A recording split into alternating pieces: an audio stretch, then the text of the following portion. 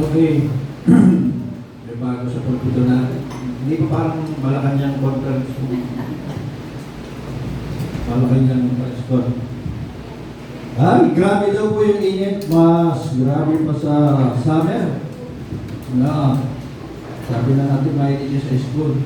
Kawawa daw yung mga bata. Kawawa. Sa high school pa naman. Medyo matalang pa silang maligo. No?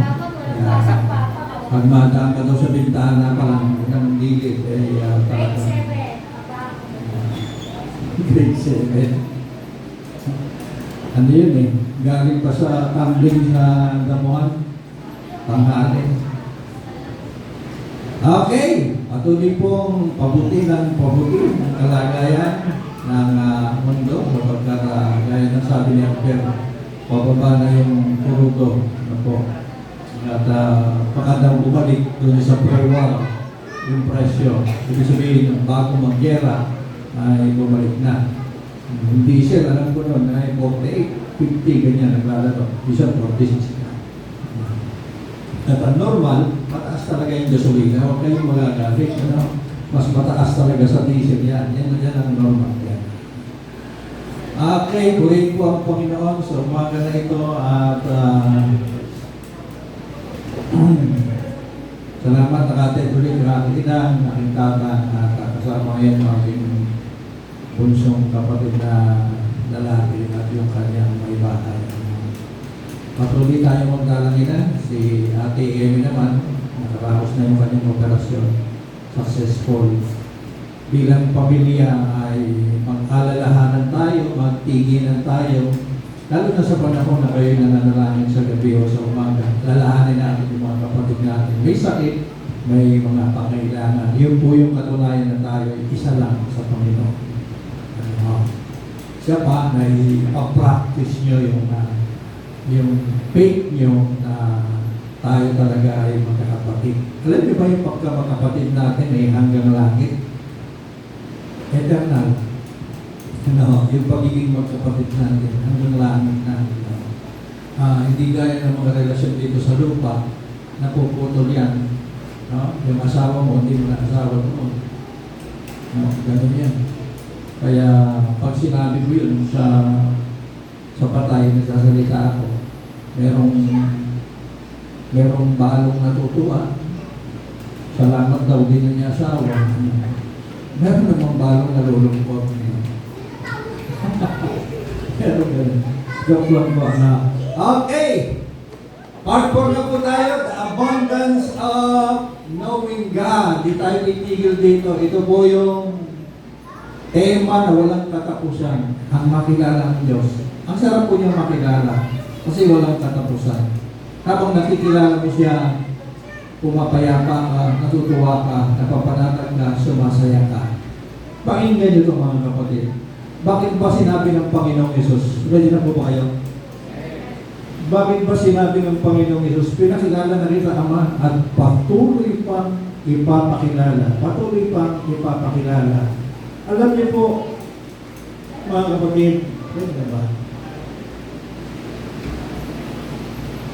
alam niyo po mga kapatid, yung idea na ang Diyos nakakatakot at mabagsik, galing yan sa mga unang tao. Sabi ko, galing sa unang tao. Yung mga unang tao noon na wala pang Biblia, wala pang mga pare, wala pang mga pastor, wala pang mga propeta, mga kapatid. Pinanganak sila, gaya ng mga katutubo sa bundok, wala na pa silang Biblia. Pero alam nila, sa Romans 2, sabi doon, alam nila na hindi basta lumitaw ang mga bituin at mga nagagandahang bundok. Alam nila may lumikha dito eh. May lumikha dito. No? Yung lawak paggabi ng kalawakan, yung ganito, lalo na kung nasa bundok kayo, walang ilaw, at mga bituin lang ang mga liwanag. Yung mga katutubo, yung mga unang tao, hindi sila may gumawa nito, hindi ito aksidente.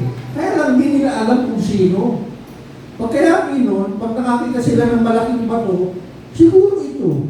Pagkakalaking bato, o kaya malaking puno, o siguro ito. Kaya sinasamba nila yung malalaking puno, yung malalaking bato, sinasamba nila. No? Ngayon kapag bumabagyo, lumilindol, iniisip nila, nagagalit yung Diyos, lalo na kapag kumukulong. So ano maganda? Alayan naman nila ng pagkain. Inaalayan nila ng pagkain.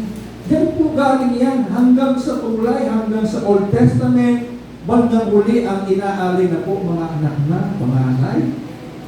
Ano, salamat, di ako inalay, ano, panganay po ako. No, mga anak na nila panganay, ang inaalay po nila.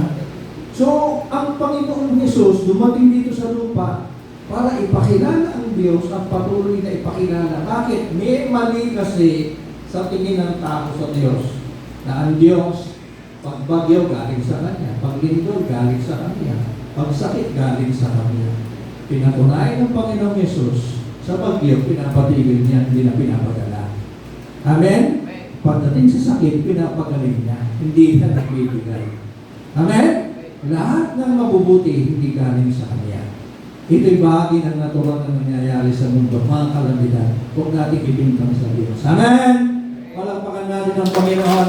Okay, diretso na po tayo. Sabi ko nga, ako lang yata yung pastor na merong review, the abundance of knowing God, partner na po tayo. Sabi natin, ang makilala ang Diyos ng lubusan, biyaya lang.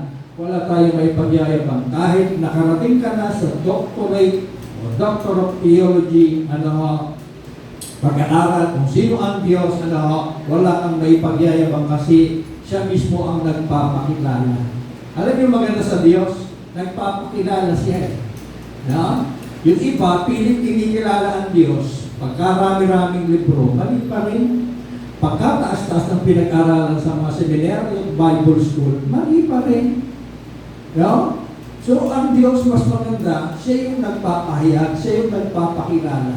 So, biyaya lang, pero walang katapusan. Bakit po? Kasi dahil ang lahat sa Diyos ay walang hanggan. Pag-ibig niya walang hanggan, kapayapaan niya walang hanggan, awa niya walang hanggan. Mga kapatid, ang lahat sa Diyos, walang hanggan, walang sukat, walang katapusan. Kaya pag-aaral sa Kanya, wala rin graduation. No? Wala rin katapusan, mga kapatid. Nandiyan pa kayo? So, ang lahat sa Diyos ay walang suka. Ang pag-ibig niya sa atin, hindi mo masusuka. Walang suka. Ang biyaya niya sa atin, na nasa atin, walang suka. Yung kapayapaan niyang nasa atin, my peace, I give unto you. Sabi niya, binigay na. Wala din pong suka, mga kapatid. Ang good news, lahat ng ito, pag-ibig ng Diyos, hindi pa kaya? Ang good news, lahat ng ito, pag-ibig ng Diyos, biyaya ng Diyos, kapayapaan ng Diyos, nag-multiply ng natural, ng walang effort. Paano? Paano yan na kapayapaan na sa inyo, sumasagana, nag-multiply na walang effort? Napag-aralan natin yung arayan. Balikan natin. Sabi niyan, biyaya at kapayapaan ay nag-multiply sa pamagitan ng pagkilala, knowledge of God and our Lord Jesus our Lord. Amen? Hindi tayo tumitigil eh. Sabi ko nga, paborito kong topic to. Pagayarin nito, mapupunta naman tayo sa kung sa stewardship, kung ano pang mga tema, ano po faith, pero babalik din tayo dito mga kapatid. Kasi major po ito eh. Hanggang ngayon, lumabas kayo, marami pa rin naniniwala na ang Diyos nangunguha ng buhay, nagbibigay ng sakit. Yung nangyari sa Lindol na, saan ba yung Lindol na nangyari? Sa Jensan, na ang dami nakabata. Pati yung building na gumuho sa Angeles, may sinasabi sila doon. No? Kasi yung Angeles, alam mo na no? No. Laging may dahilan ng tao, ibibigtan ang Diyos. No. So 2 Peter 1:2 po yan. Ang susi po, ayan o, ano ang susi? Yung knowledge, yung pagkakilala mo, yung alam mo sa Diyos. No? Pag nagpapatuloy ka dyan, nagmumultiply na raw na walang effort, na walang sikap, yung kapayapaan, ang biyaya ng Diyos sa atin. Sino ba may gusto ng biyaya at kapayapaan? Amen. Sino may gusto ng kapayapaan at biyaya? Hallelujah. Wala effort eh. Hindi mo magtatrabahuhan. Hindi sinabing grace and peace be multiplied to you in the obedience. Hindi sinabing in your prayers, hindi sinabing in the knowledge of Him. Yun po ang sinabi. Diyan sa 17, balikan natin yung pinakamahabang panalangin ng Panginoong Hesus. Napakaganda po rito. Sabi niya, pinakilala na kita sa kanila. Ito, major yan eh. Major yan. Para sa Panginoon, big deal yung ipakilala ang Diyos Ama. Kasi marami ka, baluktot ang pagkakilala sa Ama. Kaya Ama, nakita kay Jesus eh. Dahil kung ano lang daw sinasabi ng Ama at ginagawa, hindi pinapakita niya sa tao. Bakit? Kasi meron nga siyang ipinapakilala. So, ipinakilala na kita upang ang pagmamahal mo sa kanila, at patuloy kitang ipapakilala. No? Yan po yung clue. Diyan tayo huwag umalis. Diyan tayo huwag tumigil. Nung sabihin niya, patuloy kitang ipapakilala sa kanila, mga kapatid. Sabihin nga ninyo, patuloy. Yan po, patuloy. Patayon, mga kapatid, patuloy. Hallelujah. No? Kaya, ano tugon natin, mga kapatid? Ama, sabihin nga ninyo, Ama, patuloy kitang kikilalanin. Ulitin natin para kung Biyernes Santo eh. Ama, patuloy kitang kikilalanin. Amen. Ayun yan, meron pa tayong salmo responsoryo ngayon. Patuloy kitang, siyempre, patuloy daw na pinapakilala. Ito, response mo. Hindi ako titigil. Kung ganyan, din tayo. No? Kung patuloy kang nagpapakilala, patuloy kitang kikilalanin. Hindi ako titigil doon. Amen! Palakpakan natin ang Panginoon. So, ibig sabihin, ang kapahayagan para makilala ang Diyos, nagpapatuloy hanggang ngayon. Malinaw ba yan? So, nagpapatuloy hanggang ngayon. Hanggang kailan? Hanggang sa makita na natin siya ng mukhaan. Doon lang tumitigil, mga kapatid. Sabi ko, walang graduation dito sa lupa. Walang taong makapagsasabing gusto mong ipakilala ko sa iyo ng buong buo ang Diyos. Walang taong makapagsasabing gano'n. Wala po. Wala talaga. Hindi tumitigil yung aming pakilala. Itigil lang kapag wala ka na sa mundo at nakita mo na ng mukhaan ang Diyos. Doon lang tumitigil. Gusto niyo na pong mauna? Nandito pa lang tayo sa patuloy na pakilala sa Panginoon. Hallelujah. So, signs! Pastor, ano po yung mga palatandaan na lumalago tayo sa Diyos? Ako kaya lumalago sa Panginoon? No? Kasi ang turo maging rooted. Alam niyo yung rooted? Nag-uuga? No? Yung punong mauga, malalim, matibay sa bagyo, matibay sa pagsubok. At ang panalangin ni Pablo sa mga taga-Efeso, magpugat tayo kay Kristo. Amen? Lumalim tayo. Now, ano ang signs na lumalago tayo sa Diyos, mga kapatid? Nagmumultiply. Yun eh. Nagmumultiply. Kita ko sa mga kapatid, nagmumultiply ang kapayapaan sa Kanya. Nagmumultiply ang biyaya niya sa Kanya. Hindi yan titigil, mga kapatid. Yung mga palatandaan yan, hindi sila tumitigil na nagmamanifest sa'yo, nakikita sa buhay mo, no? Kasi hindi ka rin tumitigil na kilalanin ng Diyos. Hindi ka nagsasawa sa topic na ito. Hindi ka nagsasawang magbuklat ng Biblia para makilala siya. Hindi ka nagsasawang makinig. Amen? Yung hunger mo, yung gusto mo sa Diyos, hindi nawawala. Kahit anong busy mo sa buong linggo, may panahon ka pa rin sa Diyos, may time ka pa rin sa Diyos kasi meron kang ayaw tumigil sa buhay mo. No? Kaya nga mapalad yung mga nagugutom sa Kanya eh. Kasi ano sabi? Bubusugin sila. No? Bubusugin sila. Sino gusto mabusog? No? Isa pa ang sabi ng Panginoong Hesus, Hindi lamang sa tinapay nabubuhay ang tao, kundi sa bawat salita. Pag sinabing hindi pwede, hindi pwede. Hindi lamang sa tinapay nabubuhay ang tao, hindi lamang sa hamburger, hindi lamang sa Jollibee, sa McDo, hindi lamang sa spaghetti, hindi lamang sa kung anong masarap na niluluto nyo sa bahay. Hindi, sabi ng Panginoong Hesus, hindi sa tinapay lamang mabubuhay ang tao. Kasi ang pinapakain mong katawan, tatanda, hihina, bumabalik din sa lupa. Ang katawan ko hindi pumupunta sa langit, sa lupa po pumupunta. Kahit anong pagpapaganda, pagpapaputi natin, bumabalik talaga sa lupa. Pero yung talagang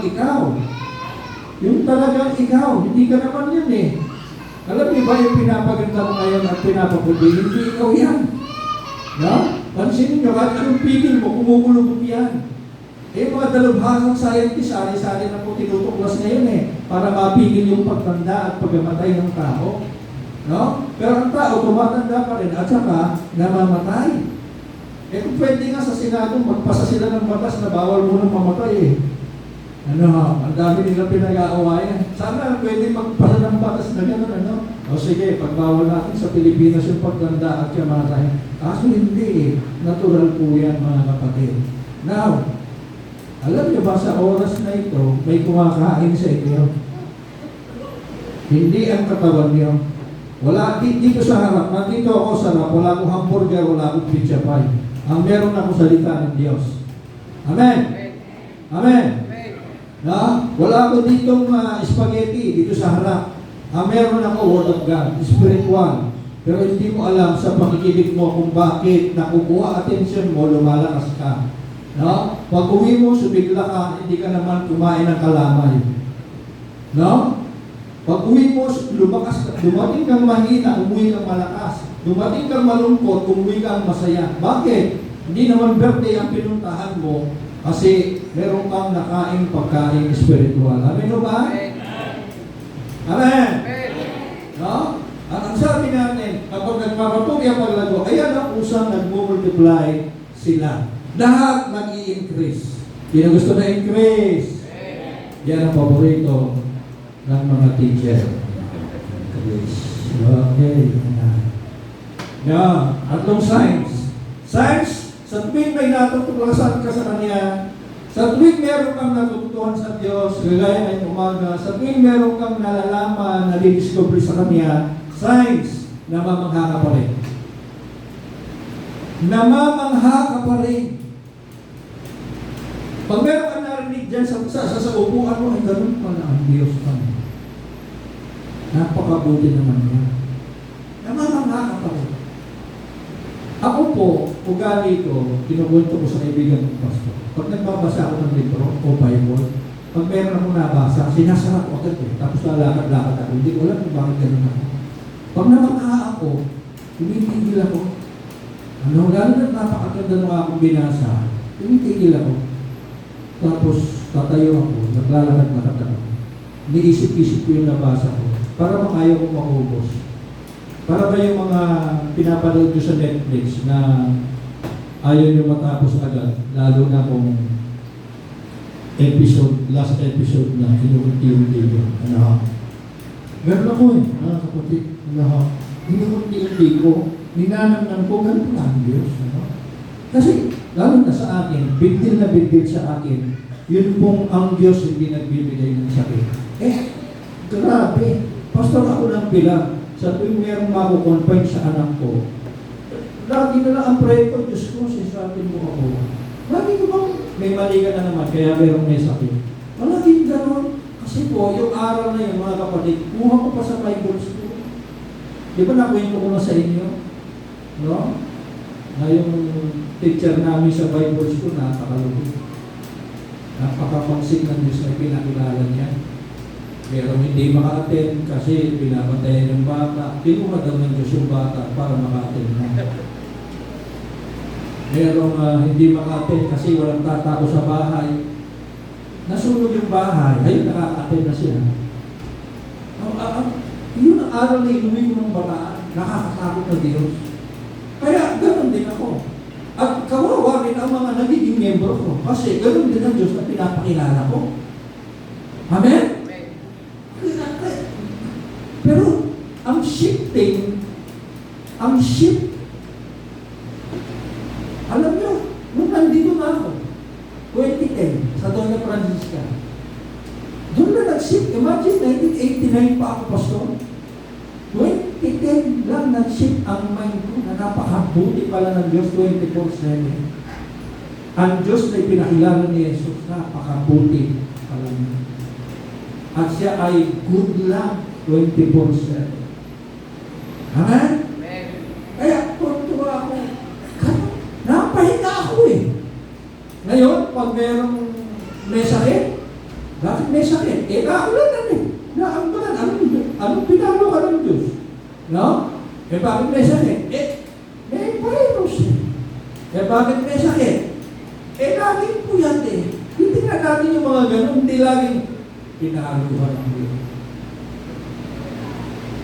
Dati nga ito ewan ko natatandaan pa ninang mo. Lagi namamagayan mata ko. Lagi namamagayan. Palagi na lang, quarterly yata namamaga ako. Hindi ko alam. Sabi sa Malakubok na pumupunta dito sa piling mata. Bago pa akong Krisyano. Sabi ng isang Krisyano kapatiran sa akin, na gano'n din ang doktrina. Wala. Hindi ka napapahinga sa palo ng Diyos. Sabi ko, mas maganda na rin yung napapalo kaysa hindi. Sabi ko naman sa kanya, siya, alam ko rin yung buhay, hindi naman napapalo. Ang totoo, pareho kaming mali. Amen? Amen? Amen na ba? So, kinukwento ko sa inyo ang pinagdaanan kung bakit ang bunga, itong teaching na ito, na dinaanan na nag-journey tayo, ay kapayapaan talaga, kagalakan. At yan ang gusto ng Panginoon ito sa atin. Magkaroon tayo ng kapahinga sa atin. Kasi sobrang na po siya nabago, nagpakasakit, hanggang namamatay. Para sa atin, para tayo magkaganon din? Hindi.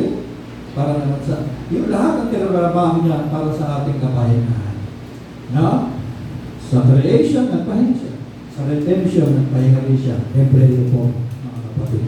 Kailangan daw makapasok ka sa kapahingahan ng Diyos. Amen. Palakpakan natin ang Panginoon Diyos. So, signs. Ito, bigyan ko kayo ng sample.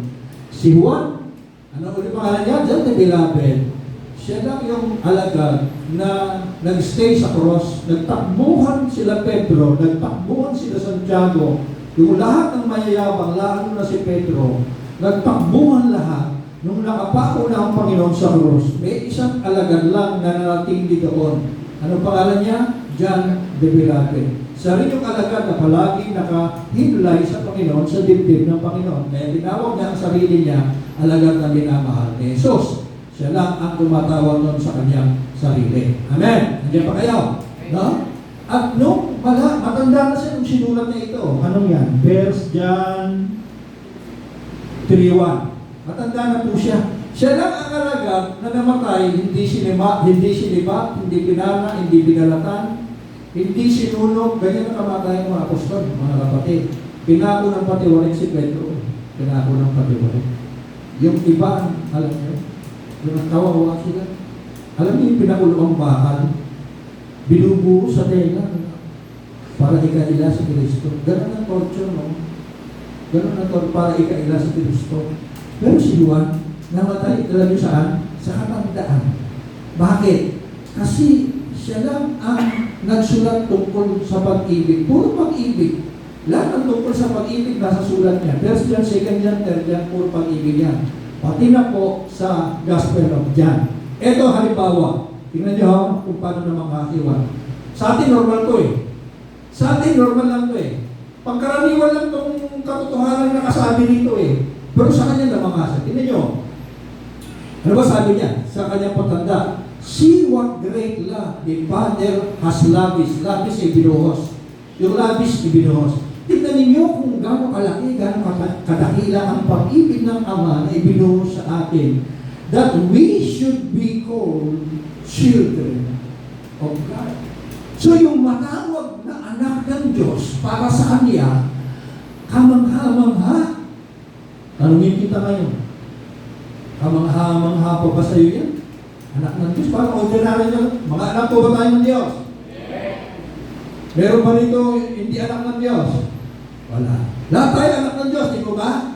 Kasi tinanggap natin ng Panginoon. Pero hindi tayo ganito magsalita. Paano pag sinabi ka, grabe, natawag tayong mga anak ng Diyos. Sa atin eh. Pagka tumanggap sa Panginoon, bibigyan ko na assurance o anak ka na ng Diyos sa atin. Opo. Kung uwi ka ngayon, anak ka na ng Diyos. Opo. Parang wala lang.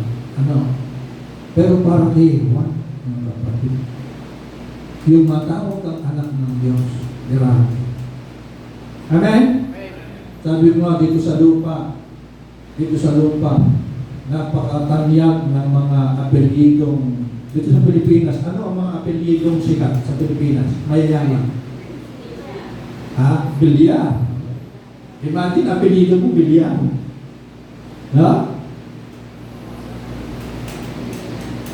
Tapos nakatira ka sa Barrio Orocan. Alam niyo ba Barrio Orocan? Sa kapon?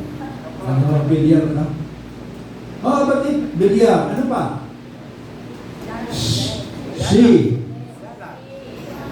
May hari na SM. Bahuang ko. Pagkaganyan, iba yung ama mo, grabe. Anak ka ng mga kabuwang. Anak ka ng mga Bilyar. Anak ka ng mga...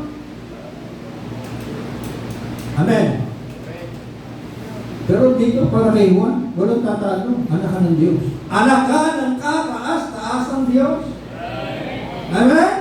Anong anak ka ni Bilyar? No? Anong anak ka ni Anak ka ng kataas-taas ng Diyos. Kaya para sa Kanya, great love. Ang matawag na anak ng Diyos. Amen? Ito nakakatuwa eh. And that is what we are. Yan ang totoo. That is what we are. Hindi, parang sinabi dito, walang ibang nagsabi niyan. No? Hindi kapit bahay mo, hindi pastor nyo. Yan ang katotohanan, mga kapatid. Tingnan natin sa Tagalog.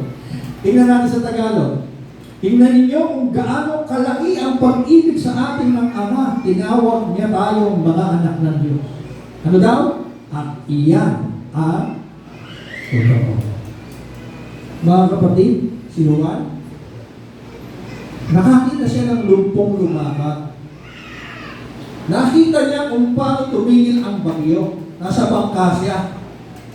Nakita niya kung paano dumilat ang mata ng mga bulag. Ito pinakamatindi.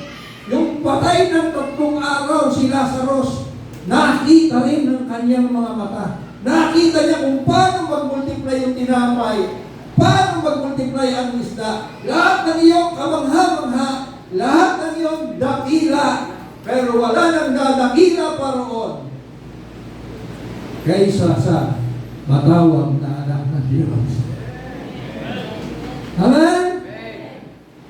Wala siyang kwento doon. Hindi niya sinabi, pambira, nakita ko si Lazarus lumabas ng libingan, balot na balot pa. Nakita ko kung paano dumani ang isda, nagkasira-sira yung lambat at lulubog pa yung bangka.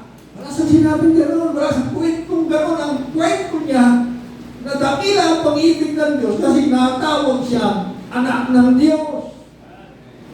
Amen? Kaya kung lalakad ka, pagising sa umaga, bilang anak ng Diyos, anak ako ng Diyos, anak ako ng Diyos.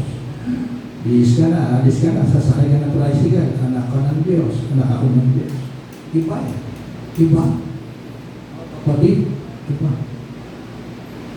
Lahat ng tao mahal mo, napakabait mo.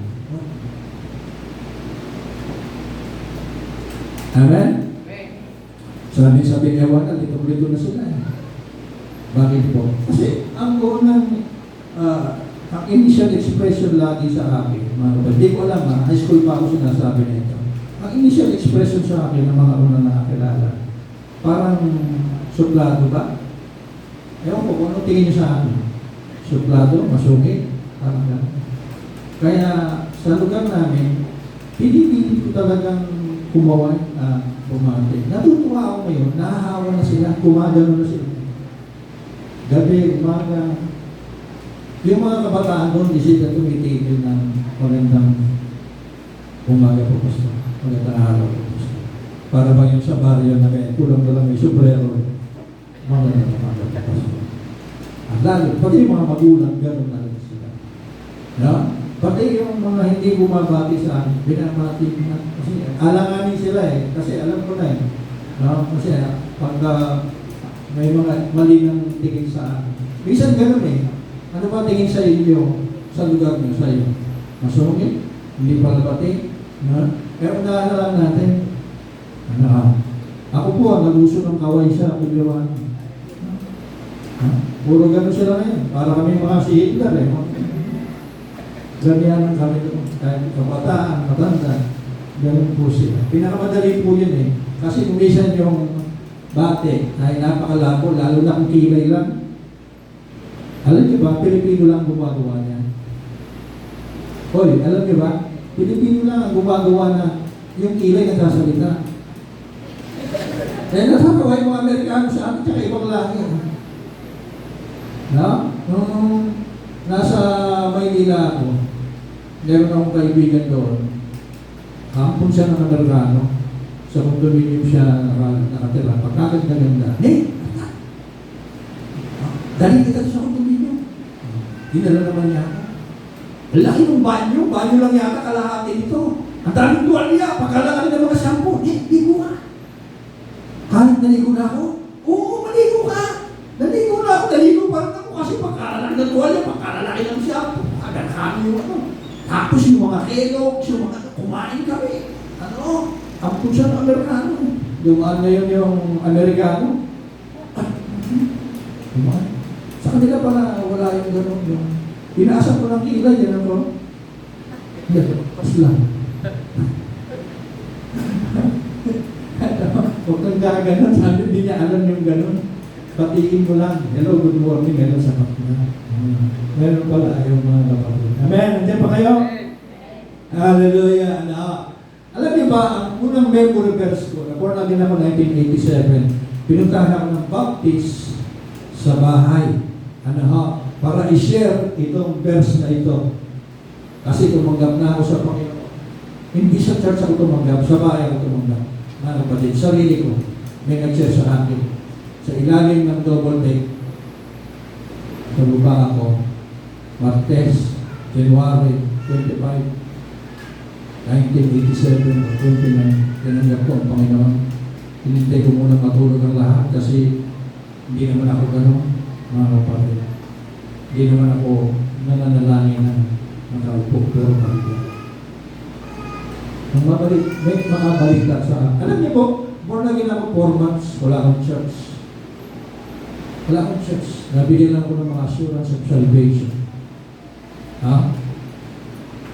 Ito binigay sa akin. Sa lahat ng sa kanya yung nagsitanggap, but as many as receive him, to them gave him the power to become the sons of God. Sinaulo ko to. Ito lang ang verse na alam ko sa loob ng 4 na buwan. Kaya tumibay ako sa pagiging anak ng Diyos. At tuwa ako dahil kung babalikan ko ang buhay ko, ang maraming kabataan ko, mga kapatid, ay talagang mga imagine after all, ng lahat ng iyon ng buhay ko, tumayan ako, tinanggap ko si Kristo, anak ako ng Diyos. Kaya yung joy sa akin noon, yung ganap sa akin, ay nag-uumamo talaga. Kaya napipilitan ako mamili ng babasahin para yung ibang tao makakilala kay Kristo. Namimili ako ng babasahin para lang ipamigay sa terminal ng Rapid, sa Avenida, sa terminal ng Pantrangco, sa Dimasaran. Bumibili po ako 10 centavos sa babasahin. Ganun po ginagawa ko. Kasi hindi ko maano yung naranasan ko, mga kapatid. Gusto ko naranasan din ng iba. Amen. Amen. Lahat. So, search pa, nalumalag mo sa Panginoon. Pero, napapatay yung Lord ka pa rin. Sino rito yung gano'n? Napapatay yung Lord ka pa rin. No? Hindi lang sa blessing. Normal yan. Marami sa atin napapatay yung Lord kasi may biyayang dumating. Oh, thank you Lord naman. Salamat na increasean na ako. Pagtanong nga po sa mga senyor, matagal po ba talaga yung unang pensyon, mga senyor, SSS?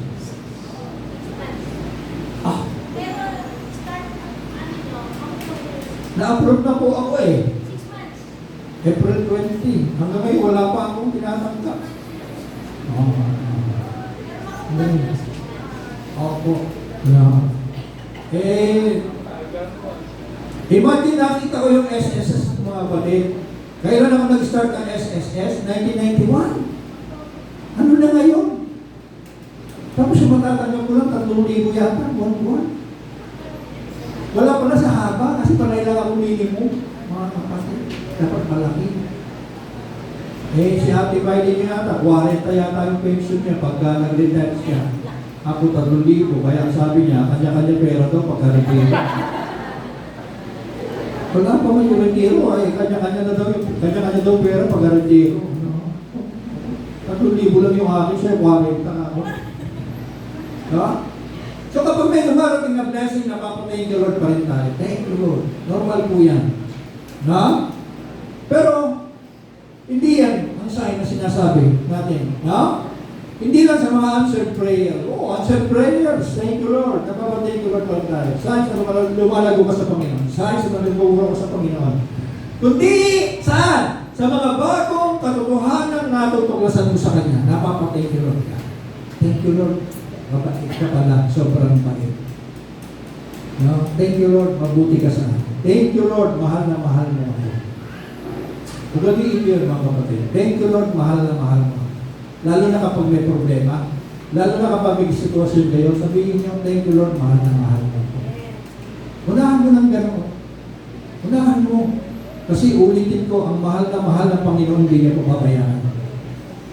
Ang mahal ng Panginoon, hindi niya pababayaan. Thank you, Lord, mahal na mahal mo ako. Amen? Sabi ng unang Kronika 16:34, give thanks to the Lord, for He is good.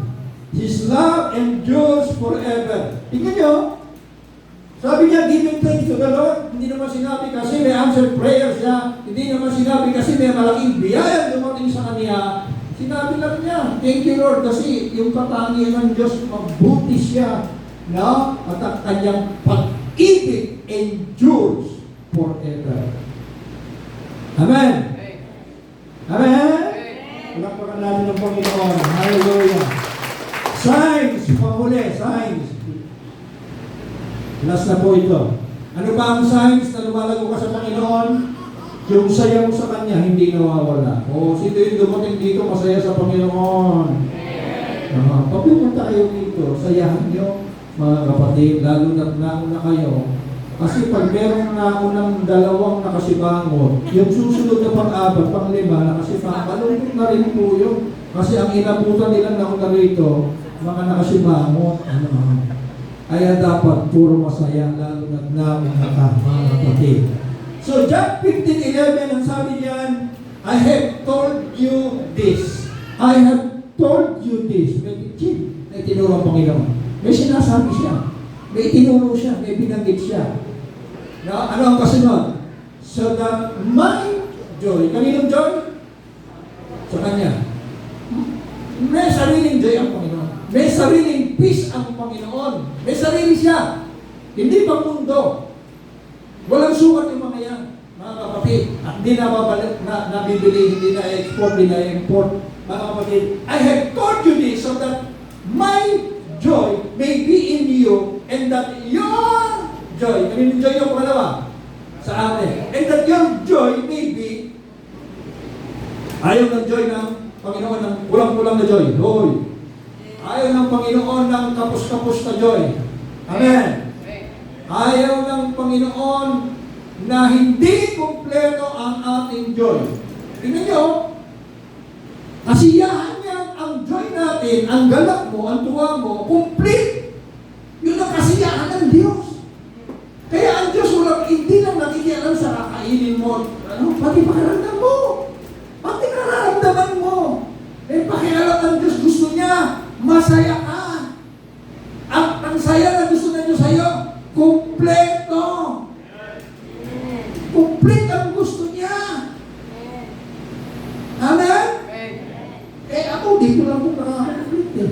Nung college ako, palagi incomplete eh. Hallelujah. So, tingnan natin to. As the Father has loved me. Sino nagsasalita? Si Jesus. Balikan natin ito, ang ganda nito eh. Kung paano mahal ako ng Ama. So, nanggaling sa Ama, ang pag-ibig. Kay Jesus. As the Father has loved me, so have I loved you. Saan na tumulay? Saan na tumulay? As the Father has loved me, so have I loved you. Ha? Doon tayo sa daloy. Ha? Lagi tayo doon sa daloy. Mga kapatid, tamang daloy. Now remain in my love. Yan sinasabi natin. Saan tayo mag-remain? In our love. Remain in my love. Manatili kayo sa pagmamahal ko sa inyo. Sa understanding kung gaano ko kayo kamahal. Mag-stay kayo doon. Remain in my love. Huwag kayong aalis doon. Remain. Huwag niyong iisipin na may mga sandaling hindi ko kayo mahal. Pumapasok yun, di ba? Pag pumasok sa isipan na hindi ko kayo mahal, wala mga sandali na hindi ko kayo mahal. Remain. Stay sa ganong understanding. Amen? Kasi ang bunga nun, mapapanatag ka. Amen? Now, 10.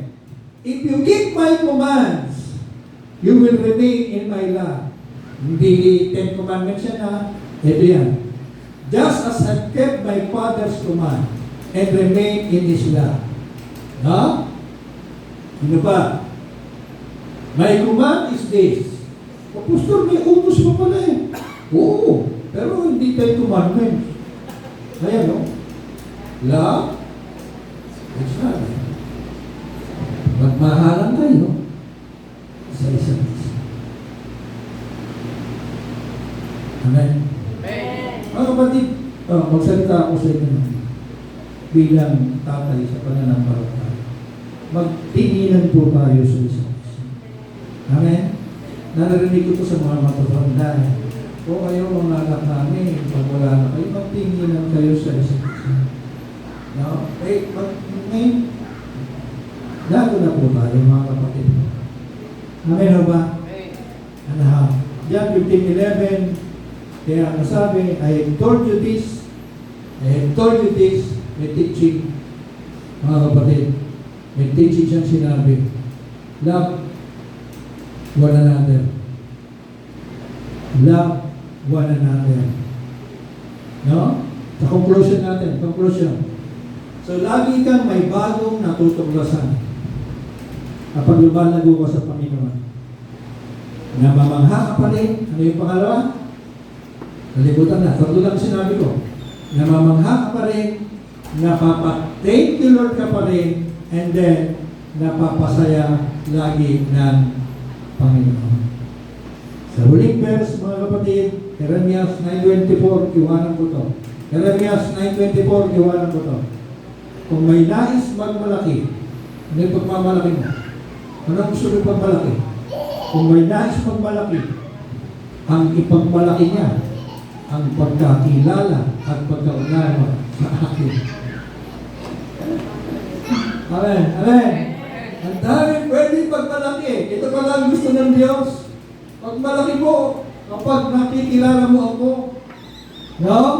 At nauunawaan mo na ako, yun ang ipagmalaki mo. Sapagkat ang aking pag-ibig ay hindi nagbabago, makatarungan, matuwid ang mga ginagawa. Tumayo po tayo lahat, tayo ipanalangin. Father God, lalo po kami lumalalim, Panginoon. Pero kahit na gaano kalalim ang pag-ibig mo, hindi magpapatuloy po kami alamin ang lahat ng ito. Salamat sa mga katotohanan na ito na ibinigay niyo po sa amin, Panginoon. At di po kami titigil sapagkat ito po ang kalooban mo sa amin. Mag-multiply yung peace, mag-increase, Panginoon, ang joy at yung understanding namin sa pagmamahal mo sa amin. Lalo pa kaming mag-ugat upang sa buhay na ito, kami po'y makapagpatuloy ng masaya, umiibig, napapatay you Lord palagi ang masaya. Panginoon, sa iyo, Panginoon. Salamat po. In Jesus' name we pray. Amen. Amen.